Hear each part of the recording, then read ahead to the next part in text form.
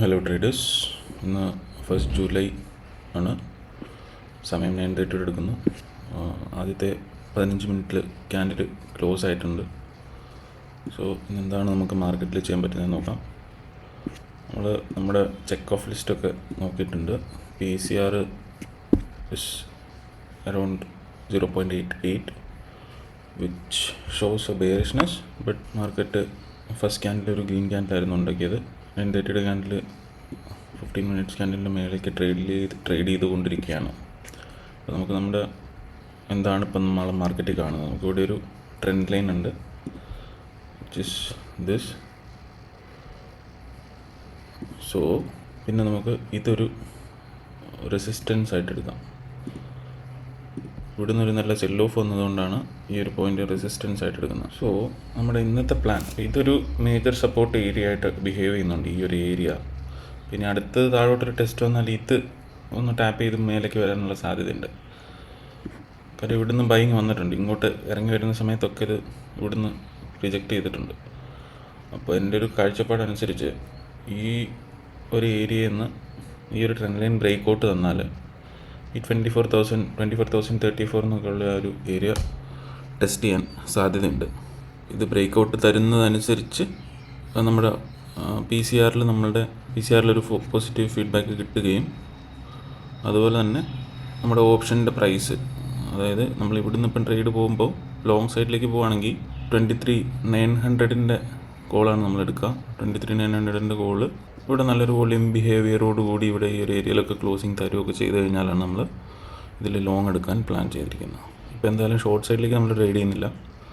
കാര്യം ഷോർട്ട് സൈഡിലേക്ക് പോയാലും ഇതൊരു സപ്പോർട്ടാണ്. ഇത് ഇവിടുന്ന് ഈ ഒരു ഏരിയ വരെ വരുമെന്ന് നമുക്ക് ഉറപ്പൊന്നുമില്ല. ഇതൊരു നല്ല ഏരിയയാണ്, ഇവിടെ നല്ല റിജക്ഷൻ വന്നിട്ടുണ്ട്. അതുകൊണ്ട് ഷോർട്ട് സൈഡിലേക്ക് പോകണമെങ്കിൽ നമ്മൾ ഈ ഒരു ഏരിയ ബ്രേക്ക് ഡൗൺ ചെയ്യണം. 23,777 ബ്രേക്ക് ഔട്ട് ചെയ്ത് സസ്റ്റെയിൻ ചെയ്യുകയാണെങ്കിൽ ഇവിടുന്ന് നമുക്ക് ഷോർട്ട് സൈഡിലേക്ക് ട്രേഡ് ഉണ്ട്. അത് നമുക്ക് 23,700, 23,650 ആ ഒരു ലെവലിലേക്കൊക്കെ നമുക്ക് ഹോൾഡ് ചെയ്യാൻ പറ്റും.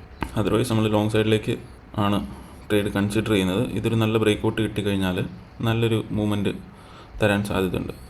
ഇതിന് മുമ്പ് ഈ ഒരു ഏരിയയിൽ നിന്ന് നല്ലൊരു മൂവ്മെൻറ്റ് കിട്ടിയിട്ടുണ്ട്. സോ നമുക്ക് വെയിറ്റ് ചെയ്യാം. ഇന്നലെ നമ്മൾ ട്രേഡ് ചെയ്യാതിരുന്നത് വളരെ നന്നായില്ല. നമുക്ക് വലിയ മൂവ്മെൻ്റ് ഒന്നും കിട്ടിയില്ല. ഏറെക്കുറെ ആദ്യത്തെ ആ ഒരു 15-20 മിനിറ്റത്തെ ആ ഒരു റേഞ്ചിൽ തന്നെയാണ് മാർക്കറ്റ് സസ്റ്റെയിൻ ചെയ്തത്. രണ്ട് സൈഡിലേക്കും മൂവ്മെൻറ്റുകൾ ഉണ്ടായിരുന്നു. അതും പ്രെഡിക്റ്റബിൾ ആയിരുന്നില്ല. ഈ ഒരു ഏരിയയിലൊക്കെ മാർക്കറ്റ് അത്ര പ്രെഡിക്റ്റബിൾ ആയിരുന്നില്ല.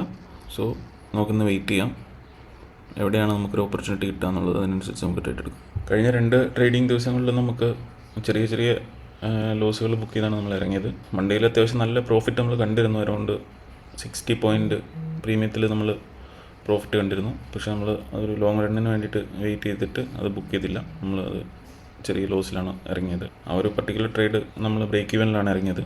ഇന്നലെയും നമ്മൾ ഉദ്ദേശിച്ച പോലെ ഇന്നലെ നമ്മൾ ഈ ഒരു ബ്രേക്ക് ഡൗണിലാണ് നമ്മൾ ട്രേഡ് എടുത്തത്. നമ്മൾ ഈ ഒരു ഏരിയ ആയിരുന്നു ടാർഗറ്റ് വെച്ചിരുന്നത്. പക്ഷേ അതിന് മുമ്പ് ഇത് റിജക്റ്റ് ആയതിനു ശേഷം വീണ്ടും ഇന്നലെ വേറെ ട്രേഡുകൾക്കൊന്നും അറ്റംപ്റ്റ് ചെയ്തിരുന്നില്ല. സോ ഇന്ന് നമ്മൾ നോക്കുന്നത് ഈ ഒരു ട്രെൻഡ് ലൈനിൻ്റെ മേലെ ഒരു നല്ലൊരു ക്ലോസ് കിട്ടിക്കഴിഞ്ഞാൽ നമ്മൾ ലോങ് സൈഡിലേക്കാണ് ട്രേഡ് നോക്കാൻ പോകുന്നത്. പ്രീമിയത്തിൽ ഇതൊരു ബൈ സൈഡിലേക്കുള്ള സെറ്റപ്പ് കാണിക്കുന്നുണ്ട്. സോ ഇത് ഈ ഒരു ഫസ്റ്റ് ഒരു 15 മിനിറ്റ്സിൻ്റെ ക്യാൻഡിൽ നല്ല വോളിയം ഉണ്ട്. ഫസ്റ്റ് 15 മിനിറ്റ്സിൽ നല്ല ആക്ടിവിറ്റീസ് ഉണ്ടാവാറുണ്ട്. അപ്പോൾ ഈ ഒരു വോളിയം നമ്മൾ തൽക്കാലം നോക്കേണ്ട ആവശ്യമില്ല. അപ്പോൾ ഈ ഒരു ക്യാൻഡിലുകൾ ഇവിടെ എങ്ങനെയാണ് വോളിയം വരുന്നതെന്ന് നോക്കണം. പ്ലസ് ഇത് ബ്രേക്ക് ഔട്ട് വരണം. പ്ലസ് ഈ ഒരു PCR-ലൊരു പോസിറ്റീവ് ചെറിയൊരു 0.1 പോയിൻറ്റിൻ്റെ ഒരു ഇൻക്രീസ് വന്നിട്ടുണ്ട്. പക്ഷേ അതത്ര വലിയൊരു മാറ്റമല്ല. ഇതൊരു 1 താഴെ നിൽക്കുന്നതുകൊണ്ട് ഇതിപ്പോഴും ഓവറോൾ പൊസിഷൻസ് എല്ലാം ബിയറിഷാണ്. PCR ഇൻക്രീസ് ആവുന്നുണ്ട്. ഇവിടെ നമുക്കൊരു ബ്രേക്ക് ഔട്ടും കിട്ടിയിട്ടുണ്ട്. അപ്പോൾ നമ്മൾ ഈ ഒരു ക്യാൻഡിൽ ക്ലോസ് ആവും. ഇപ്പോൾ 1 മിനിറ്റ് ആയിട്ടുള്ളൂ. ഇവിടെ ഒരു ക്യാൻഡിൽ ക്ലോസ് വന്നിട്ട് നല്ലൊരു ക്ലോസ് കിട്ടുകയാണെങ്കിൽ നമുക്ക് ഇവിടുന്ന് ഒരു ലോങ് ട്രേഡ് എൻട്രി എടുക്കാം. 24,034 ആയിരിക്കും നമ്മുടെ ഒരു ടാർഗറ്റ്. ഇപ്പോൾ നമ്മളെന്തായാലും എടുക്കുന്നില്ല. ക്യാൻഡിൽ ക്ലോസിന് വേണ്ടി നമുക്ക് വെയിറ്റ് ചെയ്യാം. ഇത് നല്ലൊരു ബിഹേവിയറാണ്. ഇവിടെ നിന്ന് ഇത് ബ്രേക്ക് ഔട്ട് കിട്ടി നല്ല മൂവ്മെൻറ്റ് കിട്ടാൻ സാധ്യതയുണ്ട്. സോ നമുക്ക് ജസ്റ്റ് അടയാളപ്പെടുത്തി വയ്ക്കുന്നേ ഉള്ളൂ. ഇപ്പം ട്രേഡ് എടുക്കുന്നില്ല. അപ്പോൾ നമുക്ക് സ്റ്റോപ്പ് ലോസ് 170, 180 ലെവലിലേക്കാണ് പോകുന്നത്. ഇത് പോയാൽ നമുക്കൊരു 247 വരെയെങ്കിലുമൊക്കെ പോകേണ്ടതാണ്.